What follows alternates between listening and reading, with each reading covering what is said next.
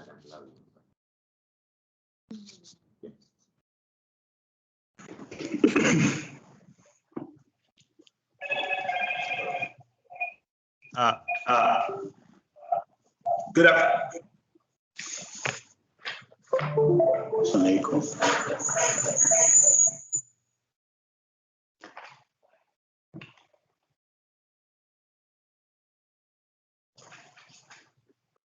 Good afternoon, ladies and gentlemen.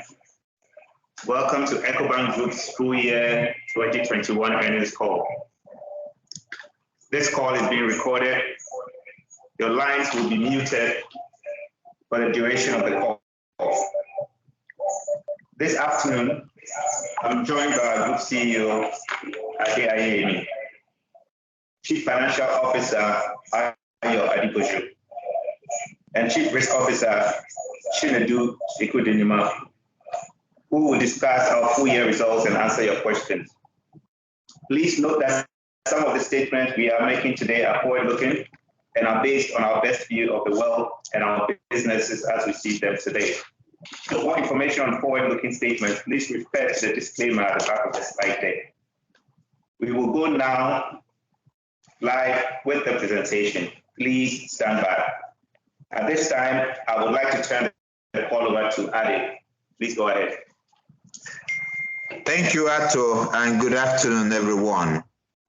Our audited results revealed that 2021 was a transformational year for Ecobank, and I thank our over 13,000 Ecobankers across our businesses in Africa and internationally for serving the financial needs of our customers and clients every day. Our results are very pleasing, especially given the challenging operating environment, which is starting to show an economic recovery. We are also encouraged with our progress on strategic priorities aimed at improving efficiency, credit quality, as well as our capital. However, the world is in a different economic cycle than we have witnessed in last decades. Inflation is back. After decades of low interest and significant accommodation to deal with the effect of the pandemic, the central banks and markets are now resigned to a new normal of monetary restraint. The uncertainties arising from this has now been compounded by the supply shock from the recent Russia-Ukraine crisis, which has impacted commodity prices, particularly energy and food. Especially in this period of uncertainty, we remain committed to supporting and helping our customers navigate the terrain. Let me turn to our performance.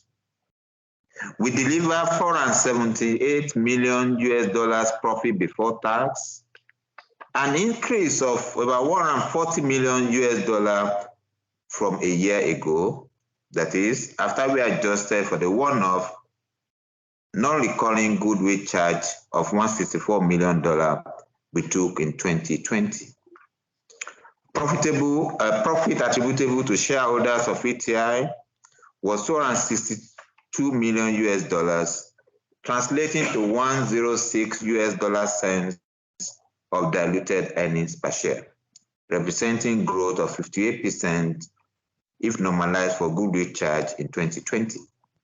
In addition, for the first time since 2016, our board has recommended resumption of dividends. Net revenue increased by 6% in constant currency to $1.8 billion, benefiting from our diversified operating model and a continued focus on growing our trade finance, payments, FICC business, and serving all our customers. Expense management benefited from our focus on cost discipline. Under our one bank concept, we layer our manufacturing centrally and distribute local strategy to become a low-cost financial services provider. This strategy is paying off handsomely, helping to reduce our operating expenses by $18 million, or 2% in constant currency in 2021 and leading to a record efficiency of 58.9%, the best in over a decade, despite the revenue headwinds that we faced. The credit quality of our portfolio continues to be strong as well. We've improved on this. Our cost of risk improved to 1.69% following loan write-offs, recoveries, and favorable economic conditions as COVID-19. Moreover, non-performing loan as a percentage of total gross loan, which is at a historic low of 6.2% compared to 7.6% in 2020. We will also progressively reduce the concentration risk in credit portfolios across our businesses and surpass our target of 100% for NPL coverage by achieving a coverage ratio of 102% in 2021, which means we've now been able to make provision, set aside provision to cover our all non-performing loans. That without taking into consideration the collaterals that we hold. This achievement reflects our investment in our risk management teams, strengthening credit underwriting standards, and deepening NPL recovery strategy and our relationships with clients. We maintain a highly liquid balance sheet thanks to record customer deposit generation, which increased by $1.4 billion or in constant currency $2.5 billion to $19.7 billion as at the end of 2021. Several underlying drivers were critical to deposit growth, but our investments in digital, liability, and payment products have been crucial. Our customers' trust in Ecobank brand as a haven, especially in such uncertain times, has been very supportive. With our loan-to-deposit ratio at 52%, our balance sheet is asset sensitive to benefit in a rising rate environment if the waves of geopolitical tensions do not stall economic recovery. We'll strengthen our capital base through enhanced profit generation and positive impact of the issuance in 2021 of $350 million 10-year subordinated sustainability Eurobond in June, as well as $75 million additional Tier 1 in September from one of our very supportive shareholders. As a result, our estimated Tier 1 ratio is now 10.7 and total capital ratio 14.8 at year end. Our performance was broad-based, with all our businesses showing underlying solid momentum. Corporate and investment banking increased trade loans and lending in the fourth quarter. Commercial banking enhanced merchant acquiring businesses, significantly improving credit quality and adding more clients through its value chain strategy. Consumer banking payments revenue rose on increased digital transaction and card spending. Finally, we remain focused on conducting our businesses responsibly. Our commitment to environmental, social, and governance principles, and honoring our investment in Ecobank Foundation. We will continue to be aggressive in driving our strategic priorities, leading with technology and serving our clients and communities. As always, I want to thank all Ecobankers for their unwavering commitment towards realizing our vision and becoming the bank that Africa and friends of Africa trust. Thank you. I will now hand you over to Ayo, our Chief Financial Officer. Yeah, thank you, Ade, and good afternoon, everyone. I'm going to start on slide 7. On this slide, I draw your attention to a few key highlights. Our jaws ratio of 642 basis points, the highest in 6 years, demonstrated efficiency gains and revenue growth. As a result, our pre-provision pre-tax profits of $722 million increased by 15% in 2021. The cost-to-income ratio was at a record 58.9%, and the cost of risk improved to 169 basis points. We achieved a record return on tangible equity of 19% and increased earnings per share by 58%. Overall, it was a solid performance in 2021. Moving to the next slide. This shows the summary of our income statement. We recorded decent revenue growth of 6% in constant currency. Expenses were down by 2%, helping to drive the pre-provision operating profit up by 18% in constant currency. We had substantial loan recoveries and provision releases, which lowered the net credit losses.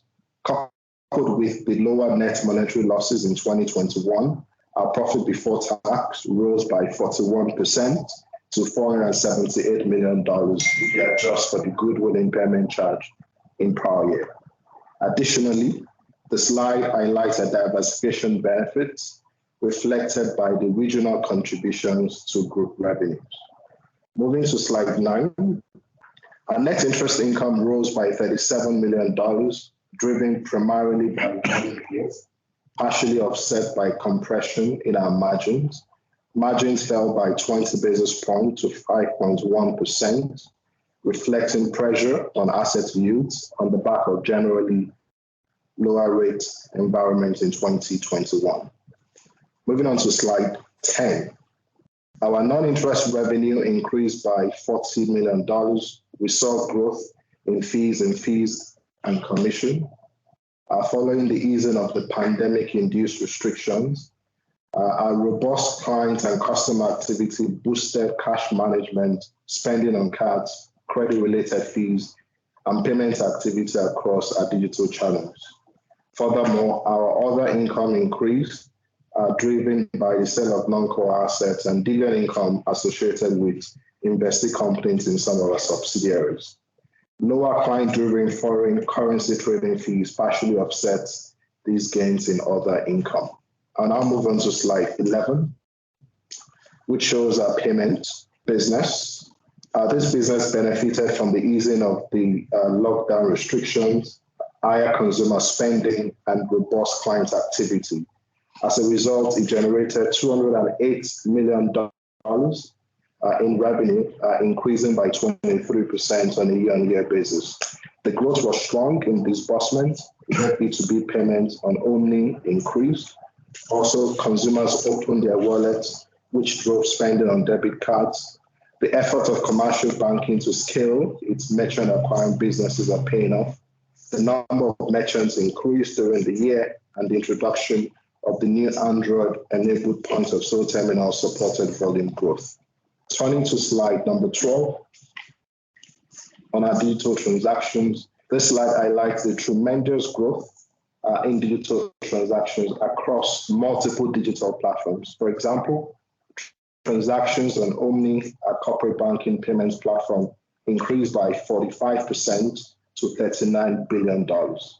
Also, robust client activity on the Ecobank mobile app increased volumes by 50% to $5 billion.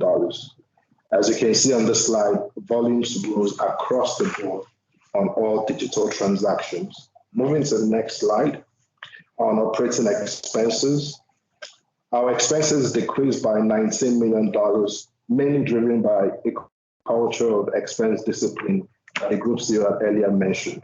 Staff costs decreased, partially offset by increase in depreciation and amortization associated with digital and mobile enhancement capabilities. As a result, our efficiency ratio was at a record 58.9%, the lowest in a decade, despite the revenue headwinds that we faced in our markets.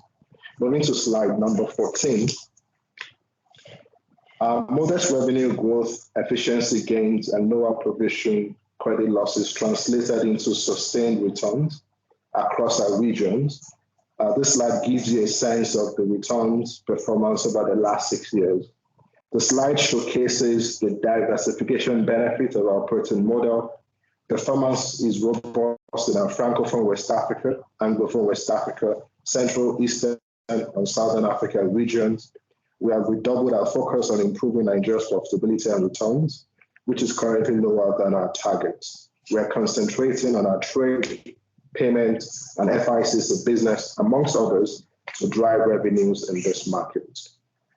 In addition, we have made notable achievements in bringing the cost structure down and stabilizing the credit portfolio. The impact of the excess cash reserve requirement is heavy on our performance, and should there be a relaxation by regulatory authorities in our market, this would further improve the revenue performance. Moving to slide 15, we grew our balance sheet by $1.6 billion to circa $28 billion, predominantly on record deposit growth.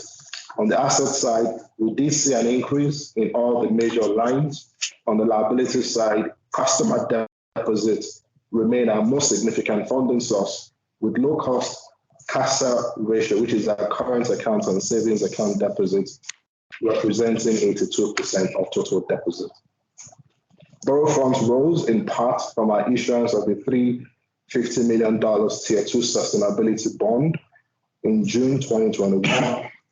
Our shareholders' equity increased on the back of the performance, attributable profit performance during the year, but was partially offset by the unrealized mark-to-market losses on investment securities and also the negative impact of foreign currency translation.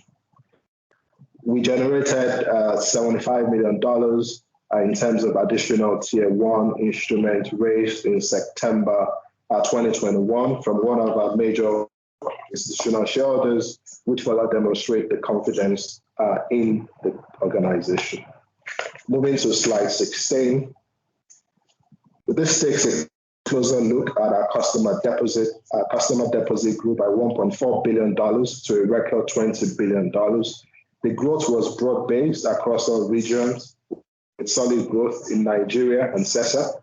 In our businesses, corporate banking delivered the most growth, with commercial also showing substantial growth. Deposit growth in the consumer business fell on deposit mix improvement as we move to reduce the amount of expensive deposit balances. Moving on to the next slide on loans. On the back of the improved economic conditions in 2021, we allocated more capital towards driving quality risk assets. Hence, we saw modest growth of 4% in gross loans to $10 billion, driven mostly by corporate banking business. Most of the increase happened in the last quarter of the year, reflecting seasonality and also the impact of improved client activities. Moving to slide 18, where we show performances across our lines of businesses. We've seen that growing household and business activity underpin the strong growth in our client-facing business. Profit rose across the board, particularly strong in commercial and consumer banking. Revenue growth was mixed. Corporate bank and investment banking showed a revenue decline on the back of non-funded income. On the other hand, because of improved efficiency, profit before tax increased by $40 million. Commercial banking revenue rose by $38 million on higher cash management fees driven by payments. And also the profit before tax for this business increased by $26 million. Revenues from our consumer banking also increased by $26 million, reflecting growth in funded and non-funded income. And its profit before tax also increased by $44 million on positive operating leverage. Moving to the next slide, which shows our regional summary. We've already provided adequate commentary on the regions in our earnings release, and we've also included a summary of the results of the regions in our appendix. So I'm going to keep it very short and simple. We are pleased with our progress in each of our regions. Nigeria, as I noted, is getting increased focus and attention. And I indicated in my discussion on slide 14 that what we're doing to speed up performance in that region. Turning to slide 20 on capital, the group's Tier 1 capital adequacy ratio and the total capital adequacy ratio for 2021 was at 10.7% and 14.8% respectively, which puts the group above the internal target and also above the regulatory limits. Moreover, we project to continue to exceed this limit through the forecast period, despite a return to dividends on the 2021 financials. Our efficiency in risk-weighted asset density continues to improve, as shown in the bottom right graph. The improvement in capital adequacy ratio is primarily due to the improved performance of the group, resulting in better than expected profit generation, as well as the raise of $75 million as additional Tier 1 capital, and also the $350 million that was raised as Tier 2 sustainability notes in June. In addition, concerted efforts to improve the efficiency of the balance sheet have also helped to support the improvement of capital adequacy ratio. You should note that the convertible bond is fully amortized from a capital standpoint and provides no uplift to the 2021 capital adequacy ratio numbers. Moving to slide 21, the graph pictorially confirms what I earlier highlighted. The main point to note here is that the raising of 81 and Tier 2 capital in dollars provides a natural edge for the group against currency devaluations. Also, our local currency risk-weighted assets, which account for circa 70% of our total risk-weighted assets, also act as a natural edge. Currency devaluation in this regard affects both the numerator, which is the qualifying capital, and also the denominator, which is a risk-weighted asset. I know we usually get a lot of questions on double leverage ratio, so let me provide some updates in this regard. As you earlier noted, the ratio was at its peak of 155% in 2019. This further reduced to 153% in 2020 and has reduced to 147% at the end of 2021 due to the combination effect of the 81 instrument that was raised during the year, and also the impact of improved performance and dividend upstream to the holding company. The ratio at 147% is still higher than our tolerance limits, and we're reviewing all options towards bringing down this ratio, both organic and inorganic. Moving to slide 22, which speaks to our target. This target reflects as best as we could the uncertainties that we are all facing in the current environment. We report in US dollars, so the strengthening of the US dollars puts pressure on our various local currencies. However, in circumstances like this, we're always reminded of the benefits that accrue to us from being a diversified business, which allows us to derive synergies in our operations. This crucial factor has partly informed our near-term estimates. We expect customer deposits to grow within 3 to 5% range, driven by client activity and payment, especially in the B2B space and in biller solutions. Loans are expected to grow within 3% and across all of our businesses. Revenues will get an uplift from volume growth, some yield improvements, and transaction activities. Inflationary pressure is the primary driver with our expense target as prices of goods and services continue to rise. Hence, our efficiency ratio would essentially remain unchanged given these dynamics.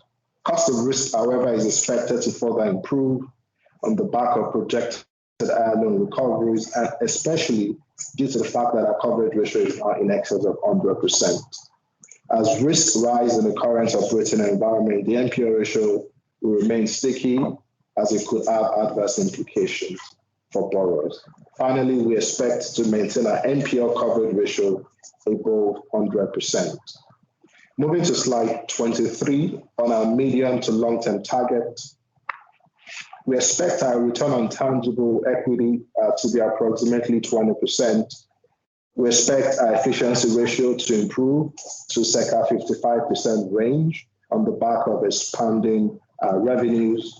And also we expect our non-performing loans ratio to be under 5%. So this is the end of the performance presentation. I'll now turn over to Chinedu, our Chief Risk Officer, to take us through the broader risk matrix. Thank you. Thank you, Ayo. Once again, thank you all for joining our call today. I'll talk you through the risk and credit portfolio metrics, including our current risk environment and expected, and also remedial market and liquidity risks.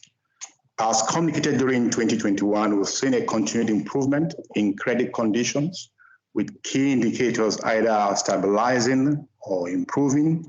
Commodity prices have continued to hold strong throughout 2021, coming to 2022. Also, of course, impacted with the recent geopolitical crisis as we speak, particularly oil and metals. Our economies have weathered the surge of COVID-19 pandemic, with the indices across the continent showing positive trends at this time. However, it's important to observe that Africa remains under-vaccinated compared to peer continents, and this will continue to pose a strategic risk until that is mitigated. If we may go to slide number 25, just to discuss the liquidity of our balance sheet. I think the key thing to highlight here, which has been spoken to by the GCO and the GCFO, is the strength of our balance sheet from the liquidity perspective. You've seen the substantial increase in deposits across the period of the pandemic by up to $3.4 billion, which is like 21% increase. Speaks to the brand loyalty we enjoy, the position of Ecobank as a destination as a safe haven in times of crisis. And also it speaks to the success of our digital strategy, which is continuing to yield results, as the CFO has already spoken to. This reflects another year of strong momentum in deposits growth. Our group liquidity profile remains resilient, with ample liquidity to take advantage of opportunities in due course. The predominant message here is the significant growth that we see in customer deposits, particularly non-interest bearing, where we see that the proportion of that over our loans is now at a magnitude of 120%.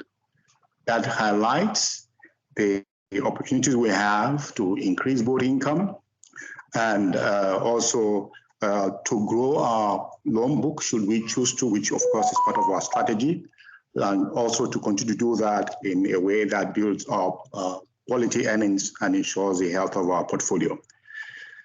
Going to next slide, which speaks to the asset quality metrics.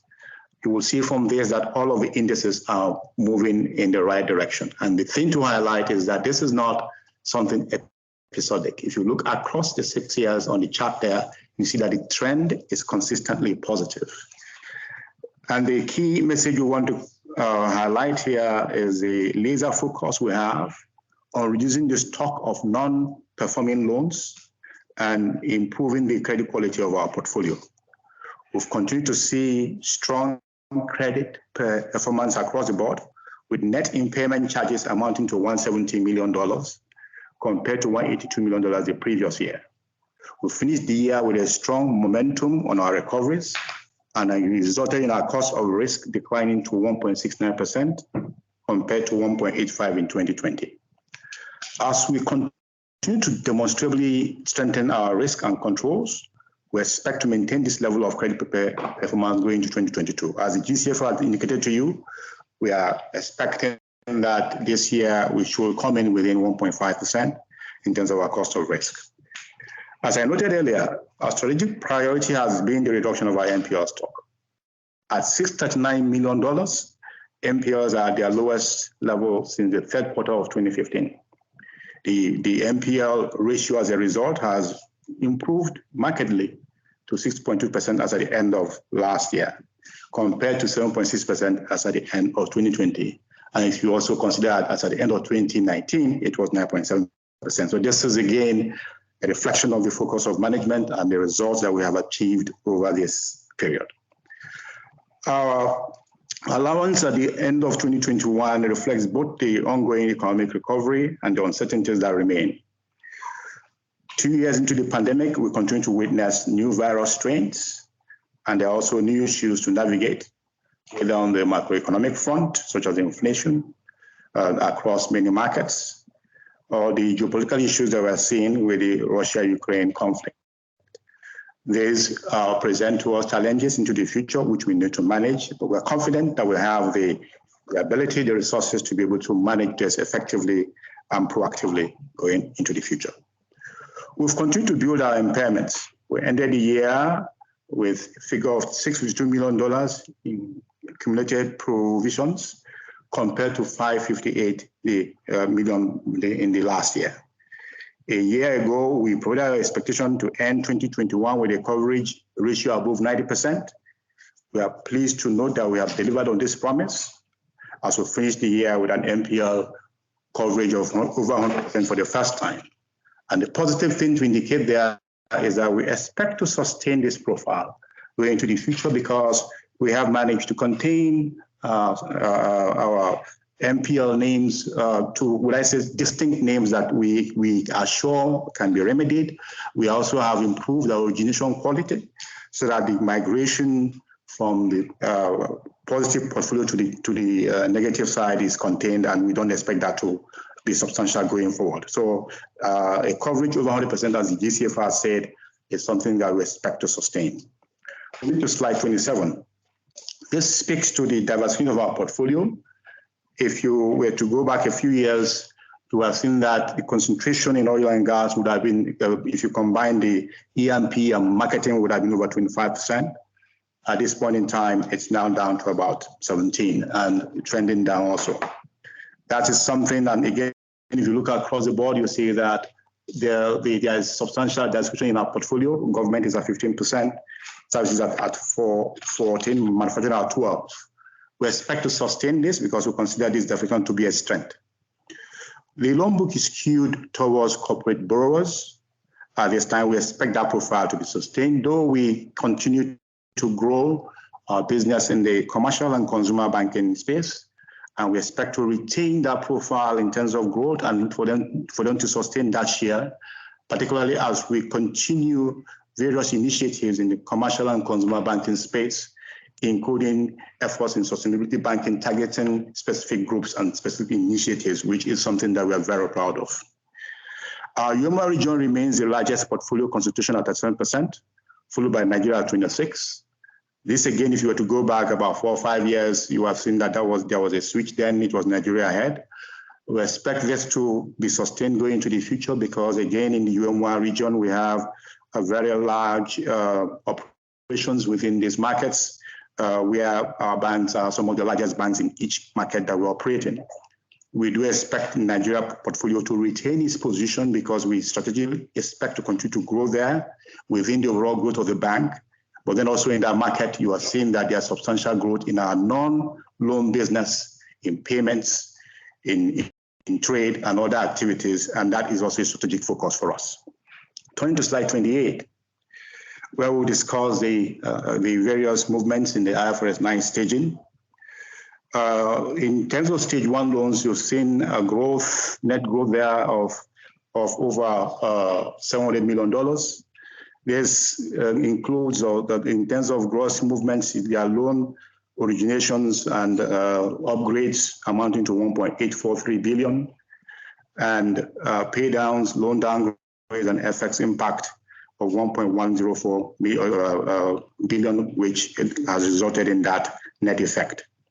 Within stage 2, we've seen a net reduction from $1.2 billion to $1.04 billion. And within stage 3, we've seen also a net reduction in that portfolio. I think we expect to continue to have these indices improve in terms of seeing growth in stage 1 and containment and reduction in stage 2 and 3, reflecting the improved quality of our portfolio and also continued growth in our business. Turning to slide 29. Looking at on this slide, I've already spoken to the growth of stage 1 by 9%, reduction of stage 2 by 16%, reduction of stage 3 by 15%. But what is important here, I want to highlight, is the level of accumulated impairments we've taken on our portfolio compared to peer organizations. So if you look at that, we are at 6.4%. And peer organizations that are particularly in the Nigerian market are at 4%. This reflects our effort to immunize our portfolio against volatilities in terms of earnings or in terms of any issues on the portfolio quality in due course, despite our optimism. So this is proactive action to inoculate against any challenges that we may see, whether they arise from current market conditions such as seen from the geopolitical events or other factors. This also allows us in due course, given the fact that we have taken at least $164 million of these provisions at the central level, to be able to release such provisions should the market conditions be more benign than we may anticipate presently. If you look at the chart on the bottom right, which highlights the non-performing loan book, you'll find there's kind of a component, the oil and gas EMP, which is about 30%. That reflects, again, what I will say on the contra side, a positive thing, because if you recall that some of these assets were moved to stage 3 in the peak of the oil crisis, 2014-15. With the trends that we see now, substantial increase in oil prices and improved market conditions, the prospects for remediation, for improvement in that respect are much better, which again speaks for optimism in that respect going into the future. And with that, I shall now hand over to Arthur to handle the Q&A component of the session. Thank you. Thank you, Chinedu. Ladies and gentlemen, if you wish to ask a question, please raise your hand and your mic will be unmuted. Then state your name and organization. Please keep your questions to a minimum of 3 and a follow-up question. And if you should have any more questions, please join the queue.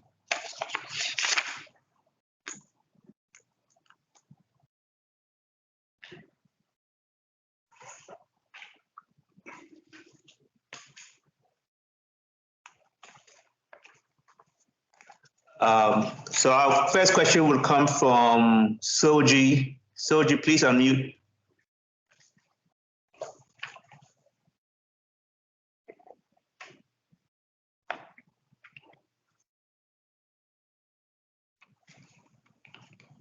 Adequacy Solanke, please unmute yourself so that you can ask your question, please. Okay, the function wasn't working, but okay. Hi, good afternoon, everyone. This is Soji Shalanke from Renaissance Capital. Congrats on the results. I have a couple of questions, but since Atu is limiting us to 3, so maybe let me start off with the first 3. The first one is around dividends. So I'm trying to understand the dividends you've declared. Will they be upstreamable by shareholders? So for example, would Nedbank receive this ultimately? If so, how soon? And will the dividends be paid in dollars or local currency? The second question is just trying to get your thoughts on your plans for the payments business. Any updated thoughts you can give us around how you're thinking of, potentially carving that out, going forward? That'll be helpful. The third question is around the plans for Nigeria. I believe Bolaji has resumed, but it would be useful to get some sense on, your early thoughts around, what could potentially change in the Nigeria business now that there's a new CEO. That'll be helpful. Those are my initial questions. If there's time, I can ask more, but otherwise I'll rejoin the queue. Thanks. Thank you. I will answer the easy questions. Dividend will be paid as soon as approved by the shareholders in the AGM that is coming up in May, and it will be paid in US dollars, and we will help shareholders on the best way to receive if they wish to receive in their local currency. The payment business, I will allow my Ayo to talk through, but here's where we are. We've set up a unit within our business in Nigeria to handle our payment vertical across the group. That unit has gone to work, set up that business, and we are tracking it. As you know, we are across multiple countries. It's important to lay the foundation very carefully, making sure that it's working, work with our regulators for the purpose of determining at what point do we need to let this go or continue to stay inside. In terms of the Nigerian business, we continue to be very hopeful because, again, look at Nigeria. It's a very large market, but it has underperformed for us, and honestly, has underperformed for a lot of people. We fixed that business. It's not just changing the CEO. The CEO change reinforces the existing management team to ensure that we can drive that business for performance. We're very, very hopeful on what we expect from that business. We think that the country is also turning the corner. As the country turns, we turn with the country as well. Imagine a Nigerian in 3 years' time that is delivering as much as what Ghana and our is delivering. And that is where we imagine our business, which then means that we'll be able to fire on all the 4 cylinders rather than the 3 cylinders we're firing at the moment. And we have good support of the board, the shareholders, and the markets and staff to make that happen. I want to add. Yeah, nothing to add. I think you've clearly touched on the payment business. What we're trying to do right now is to try to eliminate the value in our payment business. And you see that showed on our slides, the volumes of transactions which continue to grow. And we project that to continue to grow into the future. For 2021, the growth in the payment revenue was significant at 23%. And we expect that trajectory to also continue into the future. Thank you. Do I ask more, or should I rejoin the queue? You can join the queue. Okay, all right, cool. Thanks. Thank you very much. So we have Constantine. Can you unmute yourself, please? You can see it. Okay.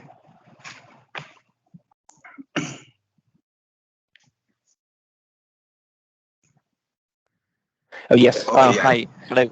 Hi, everyone. My name is Constantine. I'm calling from JP Morgan Research. Thanks a lot for the presentation. I wanted to ask you to provide more color on the state of the balance sheet at the Nigerian sub of the bank. So could you please highlight the overall loan quality trends at that subsidiary, and also comment how you think whether the provisioning at that subsidiary is conservative enough at present, and what's the outlook for the cost of risk for that business in the coming years for these and potentially for the next year too. Thank you.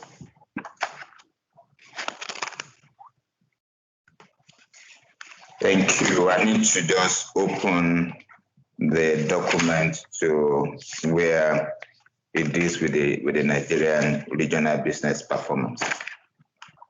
So the balance sheet is as we presented it on page 37 in terms of the various staging. That staging is a reflection of how we saw the risk on that portfolio. You can say whether we're being conservative, but that is the way we see the risk on that portfolio.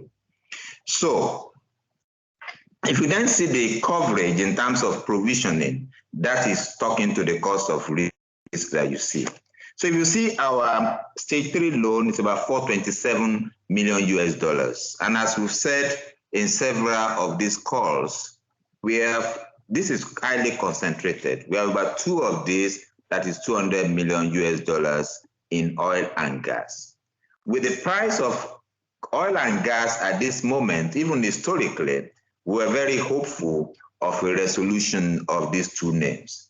A resolution of these 2 names take almost half of the NPL out of that equation. And we are very hopeful with the way we're working with the clients. And I think my colleagues, one of my colleagues is even on the client premises as we speak, trying to hasten the acceleration of the client being able to finalize and fully realizing value from gas. If this happens, then it changes the complexion of the Nigeria portfolio completely.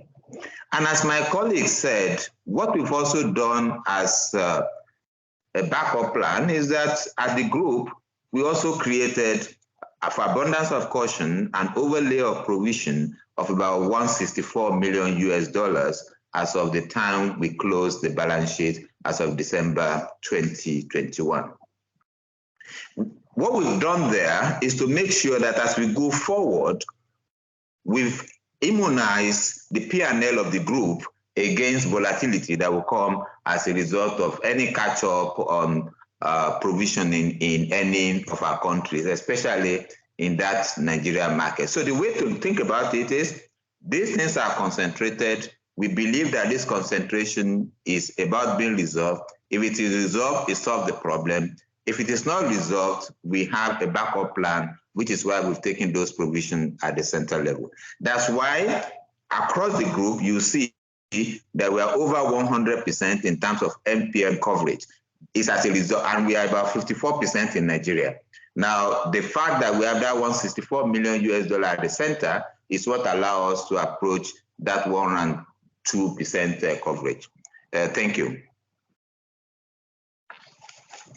The next question will be Toyosi Oni.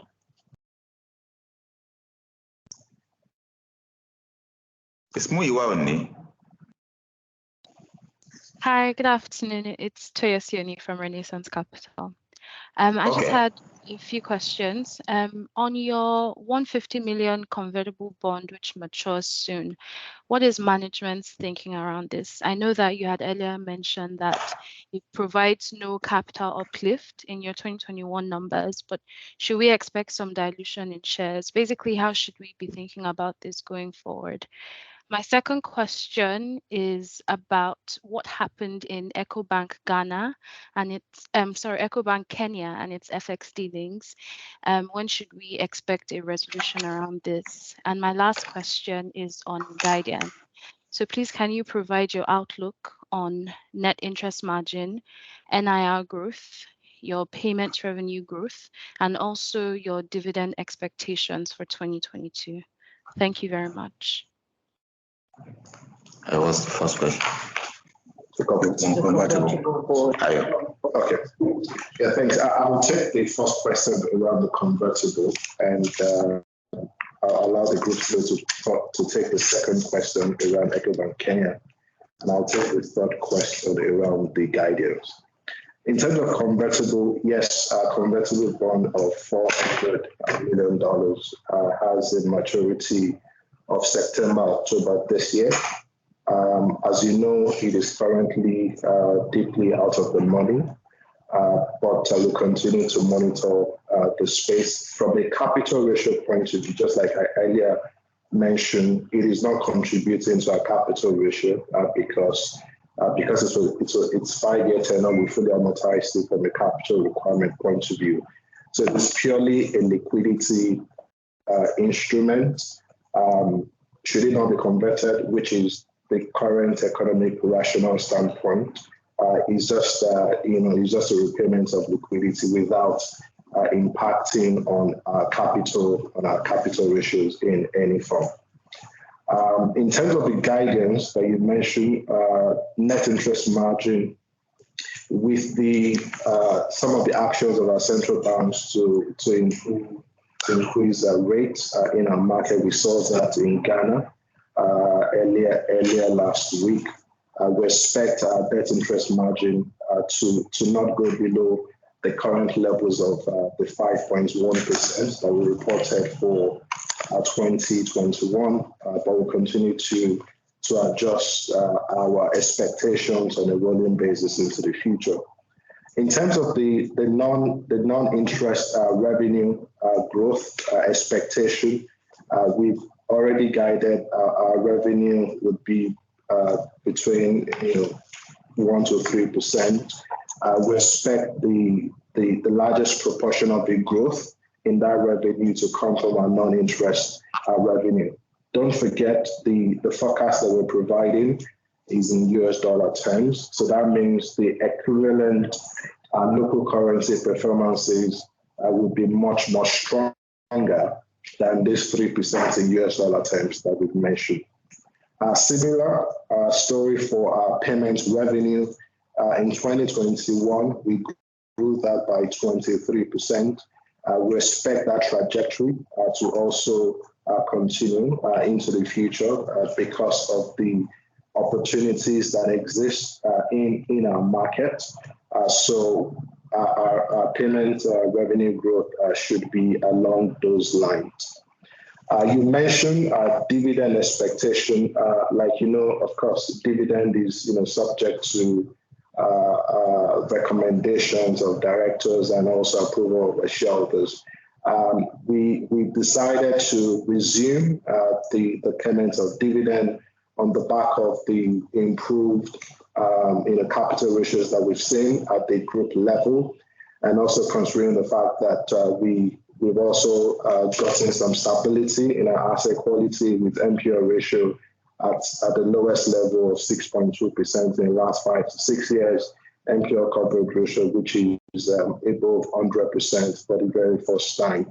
Return on tangible equity, which is at 19%, which is a record level. So on the back of the improvement that we're seeing across all of those board, we decided that it was right to resume the payment of dividends to our shareholders, considering that we've not done that since the 2015 financials. In terms of expectations for the future, and to be based on, of course, the profit earnings capability of the firm as we go along. So it is very difficult right now to forecast a precise amount. But what I can say is that we have a dividend policy which states that we can pay up to 40% of our distributable profits as dividend. We'll continue to comply with that internal guidance, and on an annual basis, the board will be recommending dividend based on the observance of those guidance. I'll now turn over to the Group CEO for the response on Ecobank Kenya. Thank you. Thank you, Ayo. Obviously, what happened in Kenya is not what we are proud of, but it's something that happened by a single staff that failed to record a transaction that he thought was going to be effective the following day, and it should have been effective the previous day. And we've put out a statement to the market to reflect that. We've taken the suspension by the regulator in Kenya from March 29th to April 4, 2022. We've also worked with the regulator to explain that there was no malicious intent. It was an omission by one staff that created the situation, and the regulator has accepted our position. But we take note of that. It's something that we don't feel happy about because as an organization, we want to operate within not just the letters of the law, but intent of the law, and be an organization that sets records wherever we operate. This is an instance in which we are not happy, but we'll make sure that the lessons are learned and it doesn't happen again. Thank you. And the next question will be from Muyiwa Oni. Muyiwa, please go ahead.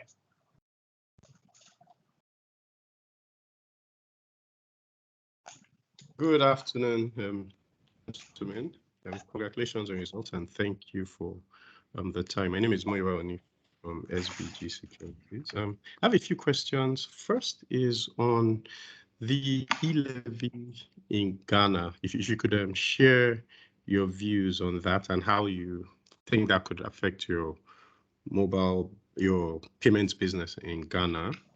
And then secondly, also on the e-channels, if you could share the contributions of the various clusters. So just trying to understand which regions contribute for the highest growth? And then also within that digital channels business, what you mean by indirect channels, because it accounts for a considerable amount of the transactions in that, for your payments business, and we've seen strong growth last year. And then wanted you to share on your oil and gas business. You talk about some oil assets that are collateral. If you could share the type of claim you have on the collateral, just want to see how strong that claim is, given that I suppose for different countries there are different rules on asset ownership and co. So those are the questions I have for now. Okay, I'll take the e-levy, which is a government action in Ghana, and our view is, of course, we support whatever the government is doing in the country that will ensure that the fiscal space is properly managed. And that has passed through the various leadership of the country to come to a conclusion that this is the best way to close that fiscal gap. As you know, without closing that fiscal gap, it's difficult for any of us to operate credibly within that country. So we'll continue to support that. We don't think, most times we think that taxes taxes doesn't limit ability of businesses to operate. Once it is known and it is used properly to service and create a better environment for business to operate, it's our own contribution. It's our contribution, both ourselves and our customers' contribution. It shouldn't, and it's it's even a playing field for everybody. We don't expect that to be a problem. We always support whatever the government is doing to ensure that the fiscal space is balanced, because the alternative to that is runaway inflation, and we don't want that to happen in Ghana. Ayo, on e-channels. Yeah, on the e-channels, I think you're talking about the spread, the regional spread of the revenue. It is broad-based across our four regions, but most of the volumes of transactions are coming from the Nigeria region and also the Anglophone West Africa region, followed by CESA and also our Francophone West Africa businesses. That's the spread, but I can get back to you in terms of the detailed revenue contribution. You also talked about the indirect, channels that we have. So those are broadly, third party, like telcos and all of that pull transaction for us. So that is what we've shown on our documents, both the earnings release and also the earnings presentation. In terms of the other question around collaterals, I think I would hand over to Chinedu to speak to the question of collaterals. Well, thank you very much. In terms of the idle assets you mentioned, I think typically, of course, when you're lending into oil assets, particularly if they are E&P companies, which is exploration and production, you will take some charge over the reserves that are related to those assets. Now, I note your point that those reserves, you have a beneficial interest in that, but that interest is subject to licensing, is subject to government regulation. So that is acknowledged. So, however, I think the point to also observe is that governments have always acted in ways that will preserve the interest of lenders and investors in the market. Because if you look across, if a government were to exercise such an interest, maybe not to grant a license to enable financiers to be rewarded for their lending or investors to be rewarded for their investment, then they will impede further investment in that market. So I think due acknowledgement that the right to reserves is subject to government regulation, but that is the type of stake, and this is general across the industry, that whether every mining industry, it's the stake in those reserves. So that's typically the kind of collateral we hold for those kind of assets. Thank you. Thank you. Your next question would come from Ngozi Odum. Ngozi Odum, please go ahead.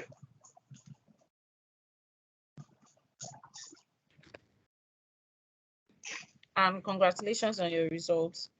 So I just have a few questions here.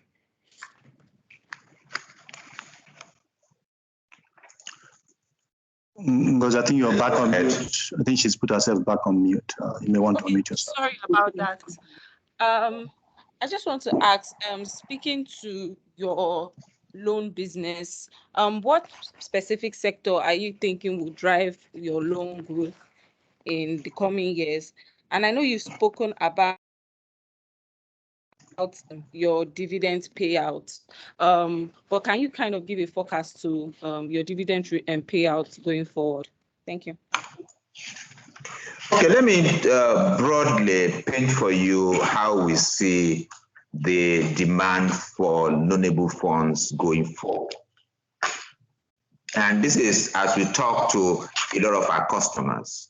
So when you look at the sovereign space in terms of governments, they are looking at how to improve their infrastructure, especially logistics infrastructure, the ports, the rails, the roads, and co. And they're trying to walk through that as a means of expanding the opportunities within their country and the need for us to start linking ourselves together.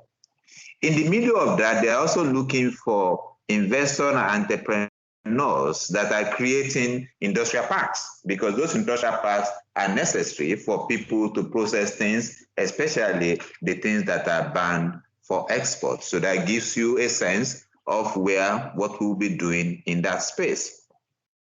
When you then talk to the other customers, whether they are big customers or small customers, we can see everybody getting ready to improve their plant capacity to be able to deal with market that historically they used to deal with their local market. They are now trying to deal with markets across Africa. That's part of the continental free trade area, but also using that opportunity of expanded market plant capacity to be able to export out of the continent, because they can see that foreign currency earners are people that are really making the right wealth in their countries.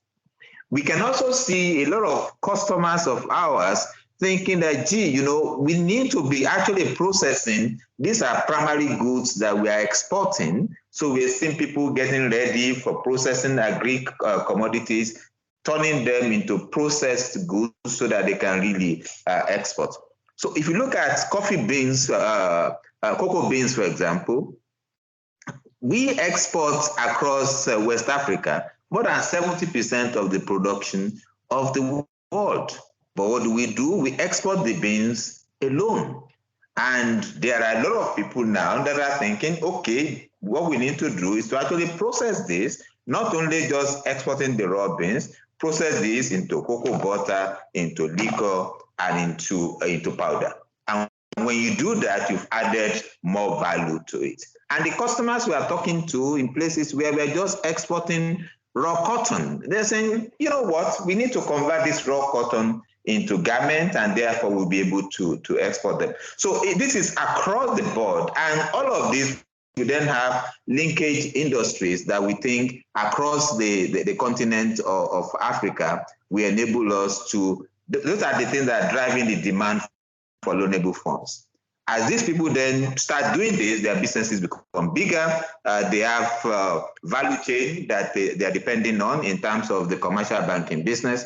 And of course, they will have people that they are employing and paying that will then need to have houses and mortgages, and all of those things will happen. So those are the core drivers of the economic opportunity across Africa. And I've been traveling this year, going to multiple countries, and I see that happening in landlocked countries that are planting maize and exporting them to be to be milled and then import milled back into the country, and they're saying, no, we don't want to do that again. We want to really restart this by processing ourselves. So a lot of those things are the areas we think is going to drive the demand for loanable funds going forward. I hope that answers.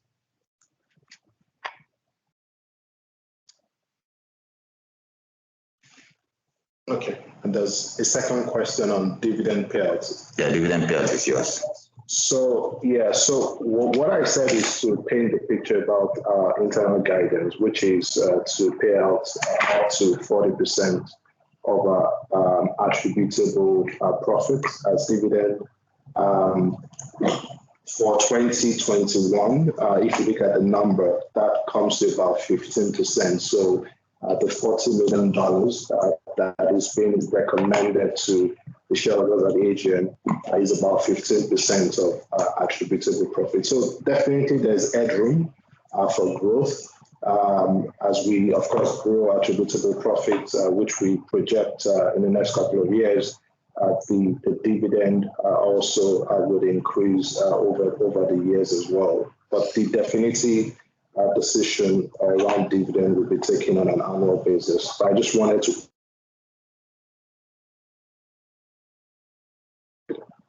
Thank you. Thank you. Your next question will be from Martin Nate. Please go ahead, Martin. Good afternoon, and thanks for the opportunity. I think that the performance for this year has been quite good, but again, to some concerns on dividends and the market in Nigeria. I just want to understand what really went into the determination of the dividends, given that you've not paid dividend for quite a long time. And looking at the trend over the period, I think what you paid the last time was much, much better. So I think you could have done better than that. So I want to know what went into the determination of that. The second question is, looking at the numbers in Nigeria, Nigeria is a game changer for the group, but it looks like we are not getting the best value out of Nigeria. What is it that you're going to do going forward so that we don't get any surprises from Nigeria? Because Nigeria coughs and then there's trouble. Thank you. Okay, so I will deal with the dividend. We've outlined the core drivers of dividend.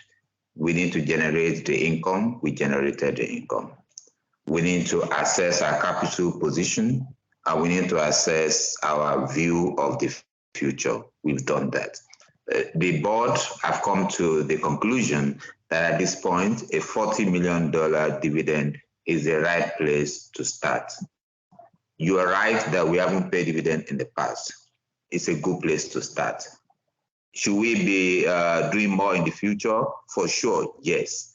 Should we defer this year until we can get to be paying much larger? No, it's better to start and then make sure that that is sustained well into the future. Our expectation is that this company should continue to do well, and this company should continue to return capital to shareholders. So we could have done better. For sure, I agree with you. And we are very grateful to our shareholders for the time that we didn't pay, the problems we needed to deal with, and the fact that we've now dealt with those problems, which is what gave us the confidence to start paying a dividend. The market in Nigeria, we've explained what we're doing. We are almost there, and we've put against that market the best the institution has and the market has, and our view is that we should be able to get that done. Remember, if you go back to 4 years ago, you'd have told us exactly the same thing about Central, Eastern, and Southern Africa, where there was a problem there. The return on equity was about 2%. Okay, today the return on equity is in the 20%. So we've demonstrated our ability to resolve problems and resolve them decisively. and we'll do same thing with Nigeria. Thank you. Thank you. The next question would be from Soji. Soji, please go ahead.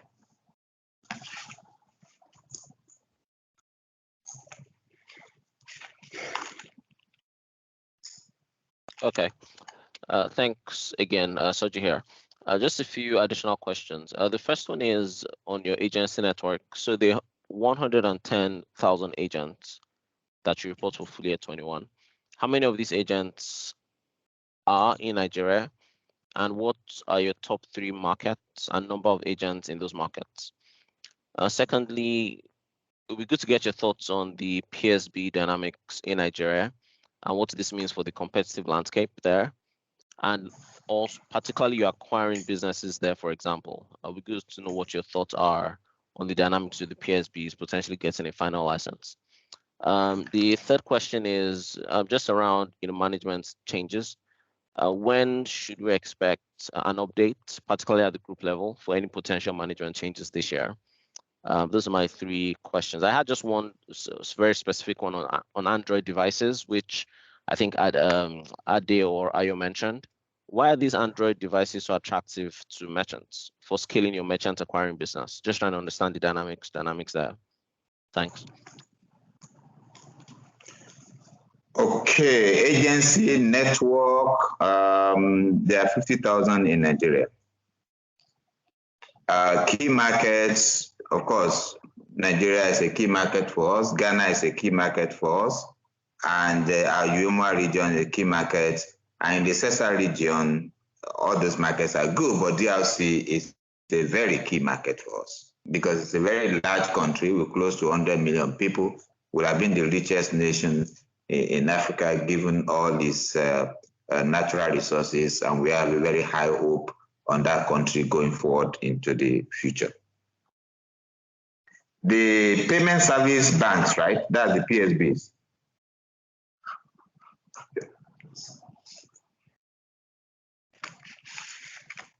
Every player in the market add value to that market, and we have the business that we do as a bank. We have payment business that we do as a bank. We have other intermediation services that we do as a bank. We are in a position to be able to navigate. We also, remember, we operate in Kenya. We operate in other places where the payment services entities have operated. So the Payment Service Bank in Nigeria, they are welcome. We will collaborate with them. We will compete with them. But ultimately, that market is a very large market that all of us can actually benefit from things that are happening in that market. So the market dynamics is there. There are PSBs, but we will also have a banking license. So we don't think that would be a material problem on its own. Management changes, the board will make announcements as those changes becomes imminent. We'll give the market sufficient notice. But what you can be rest assured is that our planning of transition for all our positions that have become vacant historically has been very smooth, and the ones that are going to be vacant in the future will be very smooth as well. We'll give sufficient notice to the market. We are not, there's no sudden departure. Thank you. Thank you. The next question would be from Toyosi Oni. Toyosi, please ask your question. Sure, thank you. My first question is specifically on Ecobank Ghana. So we saw your NPL ratio in Ghana increase to 13% as at full year 21 versus 6.3% in full year 2020. I wanted to ask what was driving this, particularly as we also saw a spike in impairments during that period too. My second question is, how are you thinking of the implications of what's happening geopolitically right now in Eastern Europe? What is the impact on the group. And I just wanted to flag that Soji's question on Android devices was not answered. So we just wanted to sort of understand why these devices are so attractive to merchants. Thank you. Okay, I think Android devices are attractive to merchants because it's easier for them to get access to in terms of number. It's about the largest. Of course, most of the people in the elite actually likes Apple, but if you look at functionality, those Android devices are important. On the market in Ghana, I think we need to come back to you with specific details. It has to do with a loan write-off that we needed to comply with regulatory approval for getting those write-offs done, but they've been fully provisioned. And once we pass that through, you should not see, they were just loans that needed to be written off, that we've made that determination, and we've spoken to the regulator that needs to be written off, and that is why you will see that movement, and that will correct very quickly, very soon. The spike you will see is that the challenge is because we don't have large loans in that market, so any movement that you see in the provisioning will look like is a big spike. If you look at the aggregate number of provision that is taken in Ghana, is not as material as you may think. So we can come back to you specifics on Ghana, but we feel very comfortable with that market. Thank you. Pardon? Russia. Oh, Russia and Ukraine. It's so far from where I am that I have enough problem with trains and all those problems. Okay, so, you know, the way we think about this is the impact of this on commodities. You've seen the shock that has created very high, elevated level of prices of energy. And that is good for some countries that are exporting energy, but overall, an increase in the price of energy just starts stoking inflation. The second issue is food. Okay, whether you see, this is where wheat comes from. When bread becomes very expensive, people become very nervous, especially in some of our countries where wheat is subsidized. Okay, which means that it's difficult for the government to pass the cost straight through. If they pass the cost straight through, it creates a social unrest. If they don't pass it through, it drains their fiscal space. So those are the things that we need to deal with, and we'll continue to deal with it. It's important for the world that this is resolved very quickly so that it doesn't become a long-run problem. But it's the channels of impact is through the energy, which I said in my opening statement, as well as other commodities, especially food. Thank you. We have one more question here. Your question is coming from Muyiwa Oni. Muyiwa, please go ahead and ask the question. Well, thank you very much. So I wanted to get some more clarity on your Umura business. You talked about credit being muted in 2021. I wanted to understand why, or who was responsible for that. And then also, if you could share the state of your restructured loans. I remember at the peak of the pandemic, there was a sizable portion of your loans that were restructured. I just wanted to understand how things have evolved since then. And those are the questions I have. Sorry, can you repeat the first question? I didn't quite get that, please. So your Umura business, the credit was muted in that your Francophone Africa business. I want to understand what was responsible for that muted credit. And then Yes. I think I will give you the straight answer to that. It's just that, we can't say that the pandemic went away completely. So the demand for loanable funds has not been as steady as we would expect it. We think going forward in 2022, that should continue to increase. But, 2020, 2021, it's not been the smoothest period for the world. So capital formation, people setting up new businesses has not been as strong as we expect it to be. No, thank you. On the restructured loans, I think the residual components we have largely in Nigeria. They relate to mostly loans in the oil and gas industry. The positive thing there, because I'm speaking to the COVID impacted. Positive thing there is the central bank, of course, has been part of this process. They actually led it, and they are granted an extension in terms of the period up to July, August this year. And as I indicated earlier, most of these loans that are in oil and gas industry, the prospects are much brighter. A lot of them are already being resolved.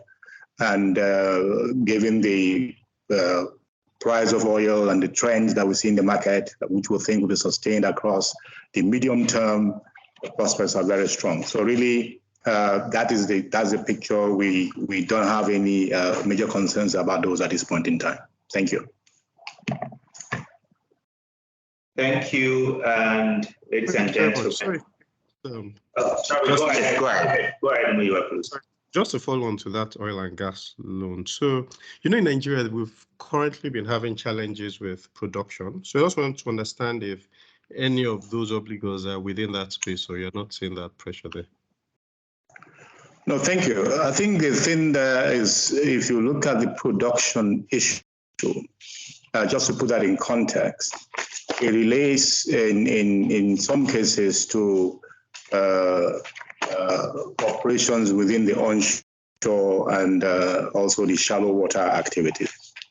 And also that issue relates to investment in some of those assets because of issues relating to regulation in Nigeria, which have been somewhat resolved by the PIB and all that. So that's why we speak to the prospects. So with that clarity, and also with the much higher oil prices forecast to be sustained by every major analyst into the future, the prospects for resolution are much better. As we speak, actually, some of these major entities will actually finalize the restructuring. They are beginning to meet the obligations as indicated. So, as I said, the prospects are very strong. I think the key thing is to focus on is the market conditions. So the reality of production is because of two things you may say. One was the lack of clarity on regulation, which hindered the industry. Two was the fact that some of the major oil companies in Nigeria have fields offshore and they have fields onshore. Most of them had chosen over time to focus on the offshore fields, which would I say somewhat removed from the issues, and also those are under PSC contracts as opposed to the JV contracts. And that's part of why you see the recent deal by Exxon, which has sold their onshore assets to Seplat, okay? So Seplat definitely would invest in those assets and you will see the production come back. So that's the trend you're going to see. So the reality is, as those happen, as new investors come in, you're going to see that production come back because part of the issue that impacted those areas was underinvestment. Thank you. And I think the government will continue to deal with the matters of oil theft and co that is limiting the ability to actually realize the potential that the country has, which is pretty unfortunate. Thank you. And the next question would come from Babatunde Ogunleya. Please unmute. Babatunde, go ahead and ask the question, please.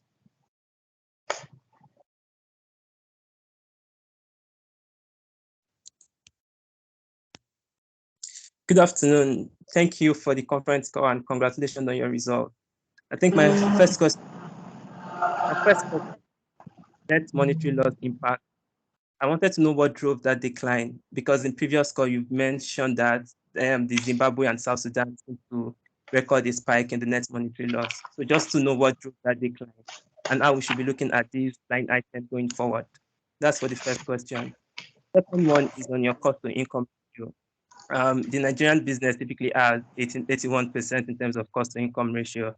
And I know in previous calls, well, you mentioned that you reduced your staff strength from 20,000 in 2015 to 14,000 in 2020. I just wanted to ask if we should be expecting more retrenchment going forward, and how should we be looking at your cost to income ratio, particularly for the Nigerian business? My final question is on the dividends upstream to HoldCo. I think you've mentioned the split between in terms of dividend income, which include dividends and management fee. Just to have a sense of what percentage do you charge, what percentage do you charge the various subsidiaries as management fee? That'll be all for my question. Thank you.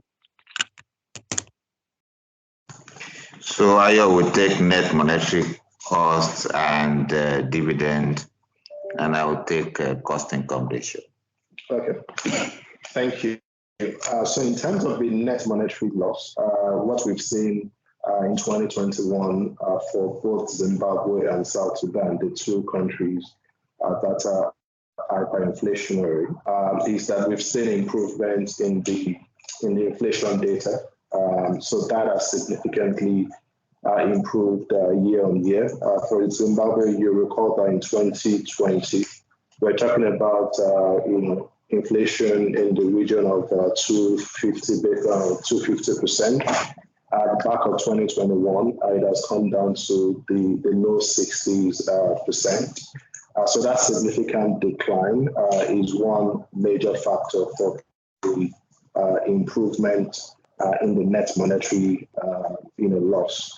Same story for South Sudan as well.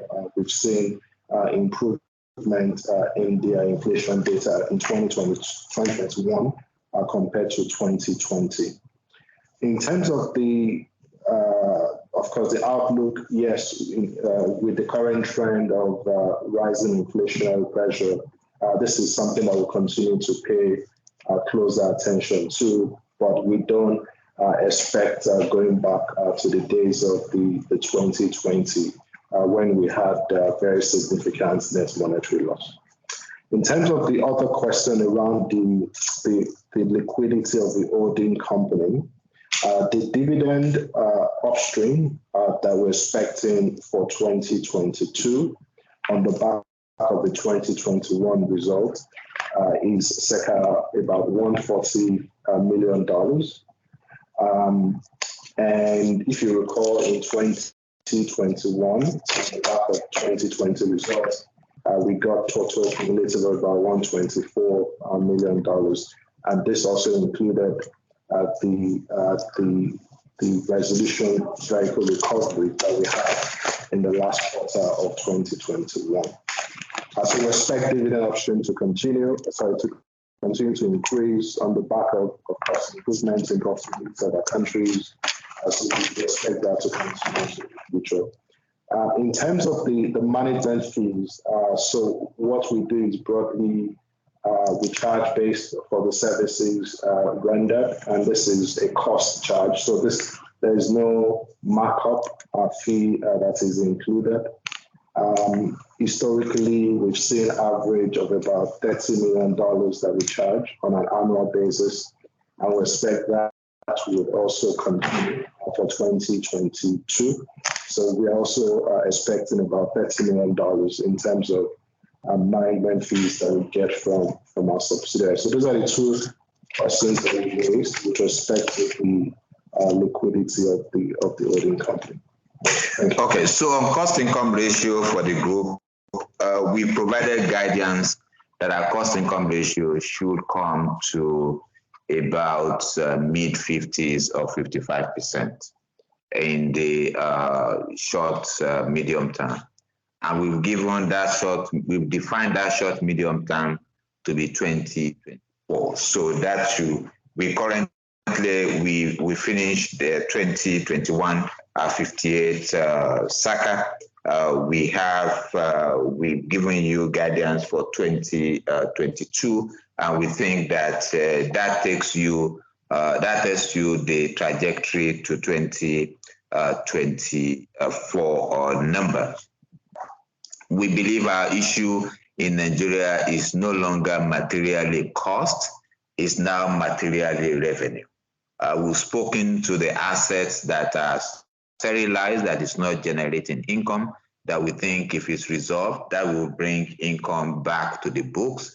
We've spoken to the CRR in that market that is not allowing liability to lead into income. We believe that that will get resolved one way or the other. And we've spoken to the overall activities in that market that should give us more revenue, and therefore on the cost base that is not growing, that revenue will improve our cost income ratio. We've demonstrated that we can do that in 2021. We're doing that into 2022. And we believe that as we go to that 2024, our ability to achieve the 55% is certain. Thank you. Thank you. And the final question will be coming from Ristel Shonar. Ristel, can you please unmute yourself and ask your questions?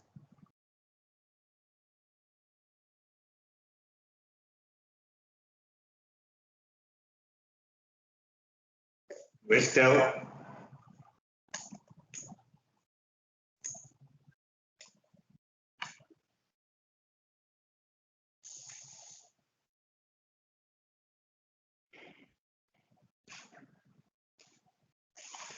Okay, ladies and gentlemen, thank you for your time. And without any further questions, we would kindly bring the conference call to an end. Thanks for joining and have a great day. Thank you very much, everybody. Thank you.